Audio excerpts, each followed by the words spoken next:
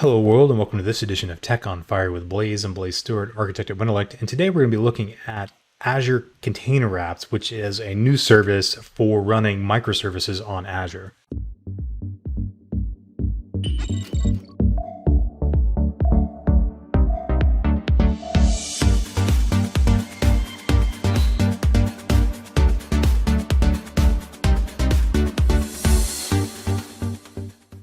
Hi guys, today I want to talk about a new service that's coming out on Azure. It's still in preview. I don't typically cover preview services on this channel, but I want to talk about this one because it deals with containers, and that's something I have a lot of interest in.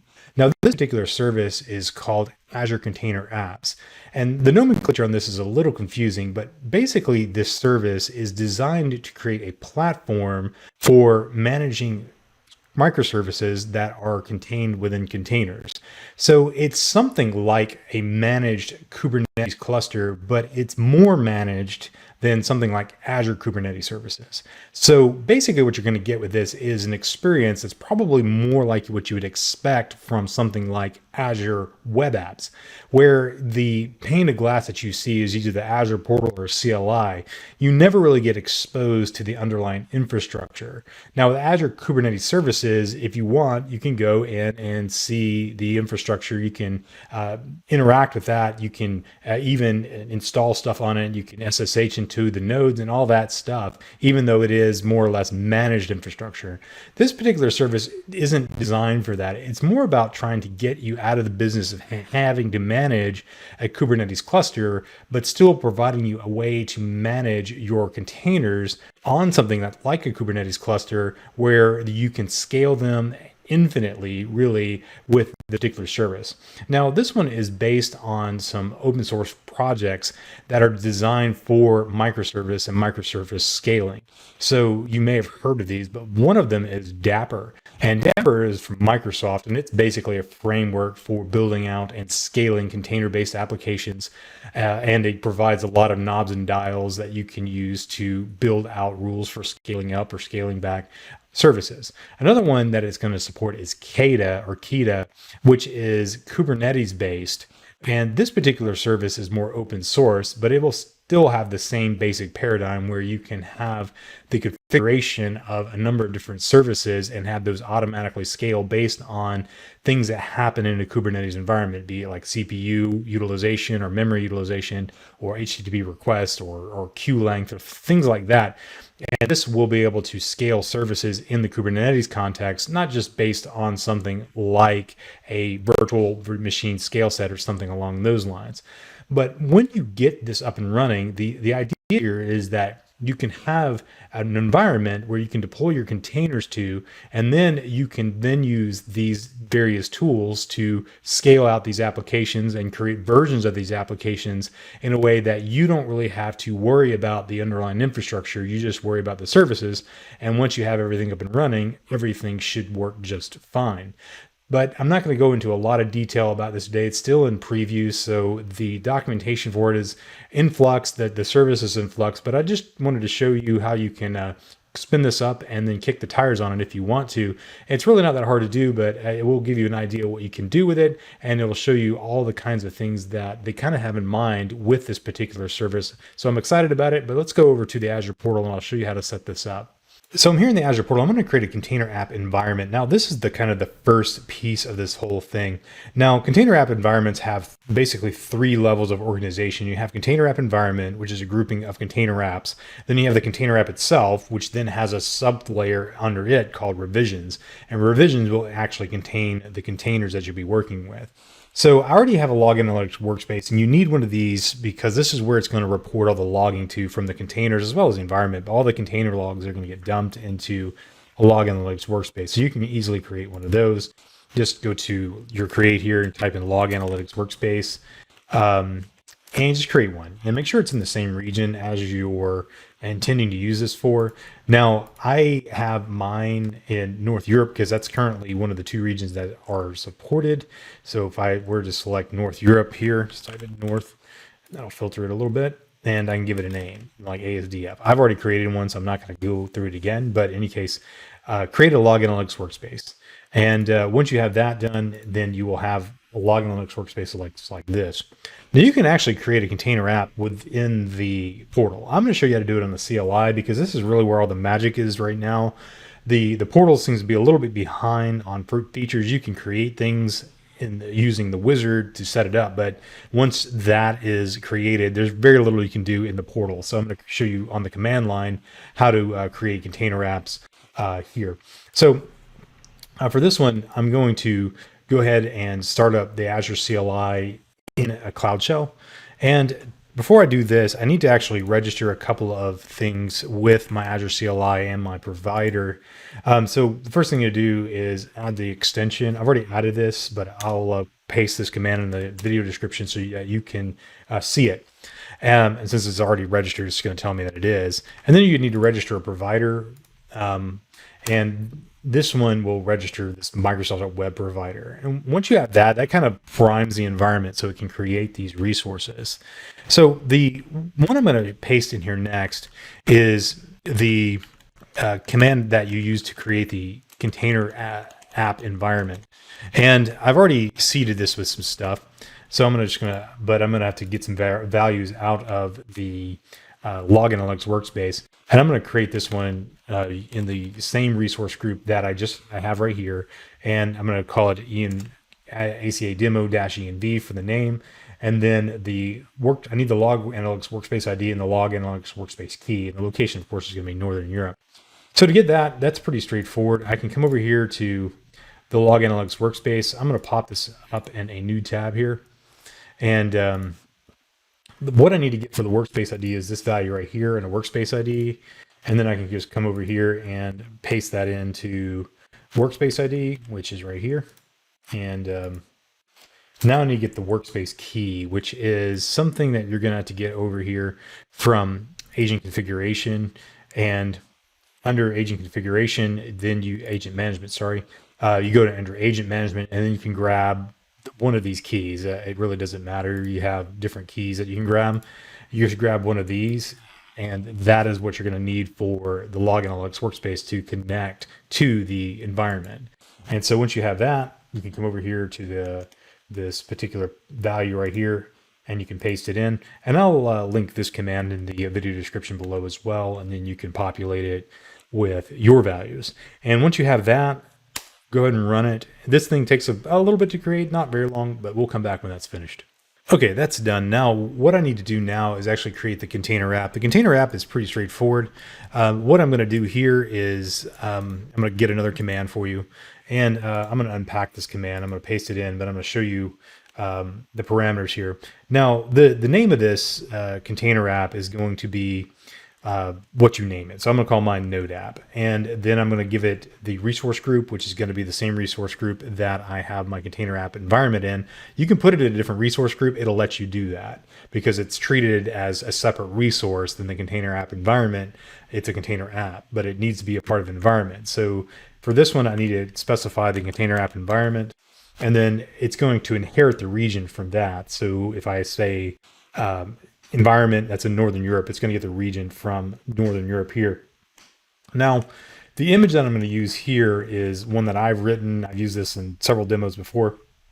It's called blaze.aks. It's a public repository. It's just a Node.js app. And now it's got the target port right here. And the target port is the port that the container exposes. And this container runs on port 3000 for the publicly exposed endpoint.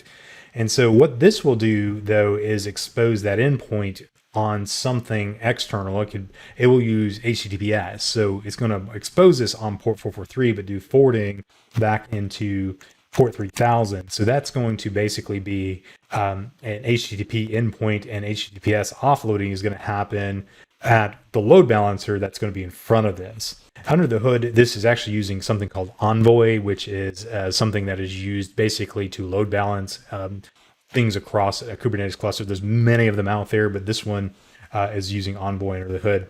But in any case, that's what I'm going to be using under the for the container port. Now, for ingress right here, I am saying use an external endpoint. You can specify internal, and it will expose this particular web app internally on the actual container app environment versus an external endpoint. So it would only be reachable by other apps that are deployed to this container app environment. But I want it to be external so I could reach it from the public internet.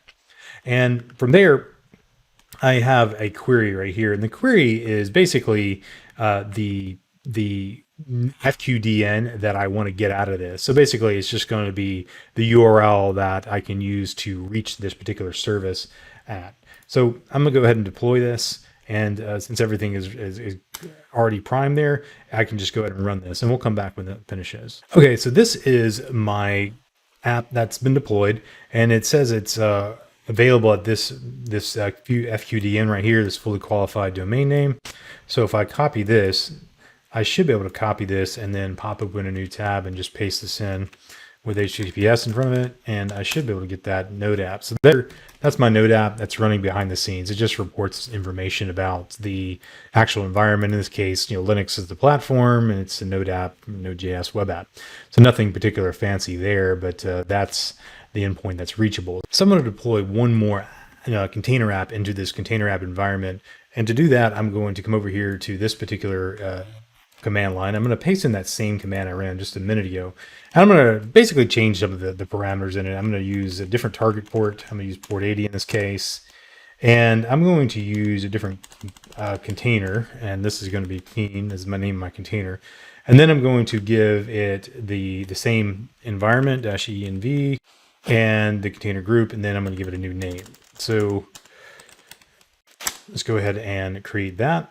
And we will let that finish and I'll let you know when it is done. Okay, now that my Commander Keen container is deployed, I'm going to go ahead and copy this and let's see if we can get some Commander Keen action going on here.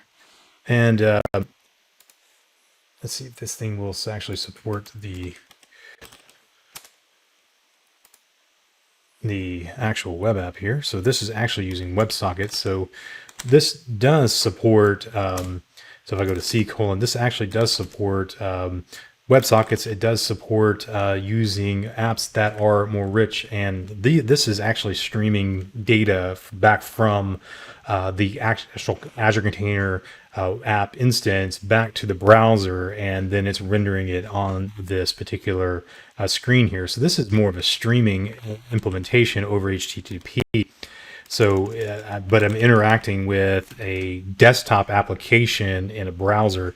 So if I go to install, this will just install an application on this. And this is just a cheeky demo that will allow me to play an old DOS game on this. And this particular DOS game is one that I played as a kid, but this one is actually running on the Azure Container app inside of an Azure Container environment. And it's a desktop app in that case, but it's just a fun little demo that allows you to see, the kinds of things that you can do with this. It's not particularly novel. It's just a simple little application that allows me to run X and some desktop applications and a DOS emulator and lets me stream the results back to a browser window. And this is a little bit sluggish than if it was running it, say, like Kubernetes, but in any case, it does get the job done and it is kind of fun to play with. So again, just another app running the same environment. So I'm here in the Azure portal now, and I've created my resources. These 3 resources that we created with the actual CLI and the environment, and then these 2 apps down here. Now, the environment doesn't really allow me to do a lot. I mean, I can see the apps that I created, but I can't really do much with them. It's just mostly informational type stuff that I can do with this. This is why the CLI is kind of important as of right now. Now, they'll probably enable more functionality as this matures. Now, a couple of things that you can do down in the actual apps themselves is look at secrets. So I'm not going to go over, but you can expose secrets to your application. You can also reconfigure your ingress if you want to. So currently I'm using port 3000. I have externally exposed ingress, which we've talked about already.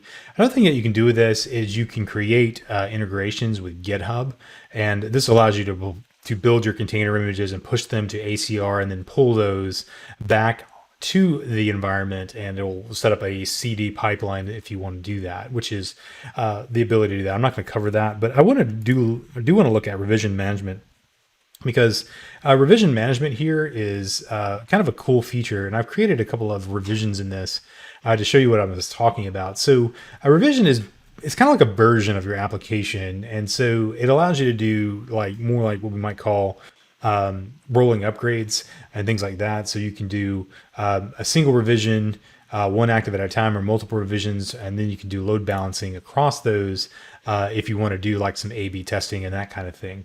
And currently I have mine set up in multiple. And so I currently only have 2 turned on. So these are set up for 50-50 between these first 2 right here. If I wanted to create a new one, it's pretty straightforward. Just come over here and then you create a new one, and then you choose the container, and you could use a new container or an existing container. Either way would work. And then the next thing you would do is set the scale for this. So 0 to 10 instances, which is the most it supports as of right now in the portal. And I at least want 1. And then you can enable Dapper with this, and that will give you service-to-service communication, which allows you to integrate with that. There's also some other things about it that are integrated with Dapper, but still, you have that ability as well.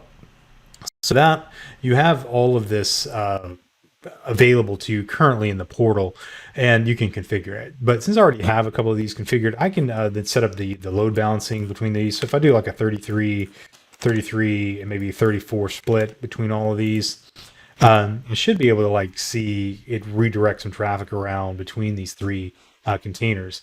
And so as soon as that saves, I'll show you what that's going to look like. But I already did. But before we get into that, I did want to show you that you can actually edit these as of right now. It does show you the properties, and you can come over here and edit and redeploy it if you want for a given revision. And so you can change the scale, enable or disable Dapper, and that kind of thing. So again, it's fairly spartan in the portal at this point, but you still have the ability to do some things. But in any case, if I wanted to get a specific revision, I can come down into the actual revision, and then I can open up that one, and I can hit that one all the time. If I want to hit the more load balance configuration, then that's where I would come over here to my node app, and I'd come over here to my overview, and that's where I get this URL right here. And this one will load balance between the 3. So it's showing me the actual 3 different containers that it's hitting as I hit it refresh on my browser. So it's just sending different requests to one of those 3 instances.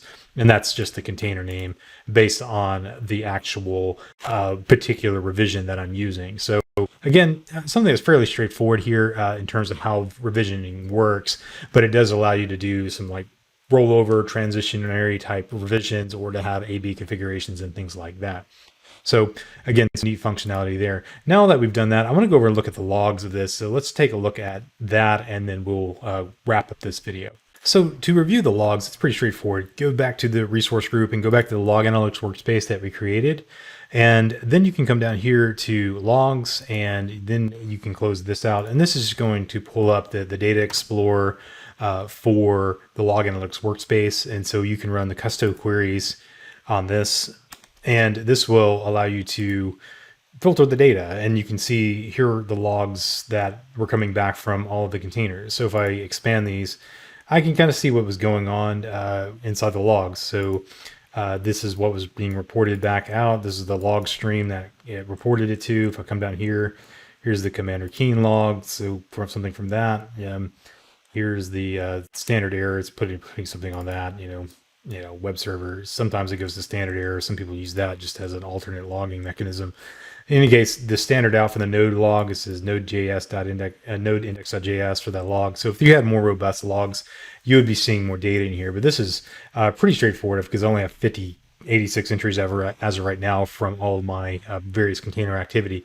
But still, it's pretty straightforward. So this is just how you view the logs for your containers. So if you need to do diagnostics, or if you want to set up eventing or other kinds of monitoring around this, this is the place to do all that. Well, I hope you found that informative. This is a new upcoming service on Azure. I'm kind of excited about where this is going, because this is one of the things that's been kind of a hole inside of the Azure offering for a while in the container space. It's a simple way to deploy microservices rather than having to use something like Service Fabric or having to use a full cluster, what you do AKS. With this, it's just out of the box platform as a service designed for microservices. So I'm excited to see how this evolves, and as it matures, we'll see more features added to it. But this is just kind of where it stands as of the recording of this video. So we'll be looking at this, and as soon as it goes GA, I'll probably do more in-depth content on it. If you like this content, please consider visiting us online at www.wintellect.com, and there you can find about services that Wintellect offers, including training and consulting services. Also, please consider subscribing to this channel by clicking on the subscribe button and clicking the bell icon to get notifications when new content becomes available, and also comment down below. You can also follow me on Twitter at @TheOneMule, and also follow Wintellect on Twitter at WintellectNow or at Wintellect. We are constantly posting things about Azure-related technologies and things related to software development. You can also reach us by email at consulting@wintellect.com. Until next time, thank you.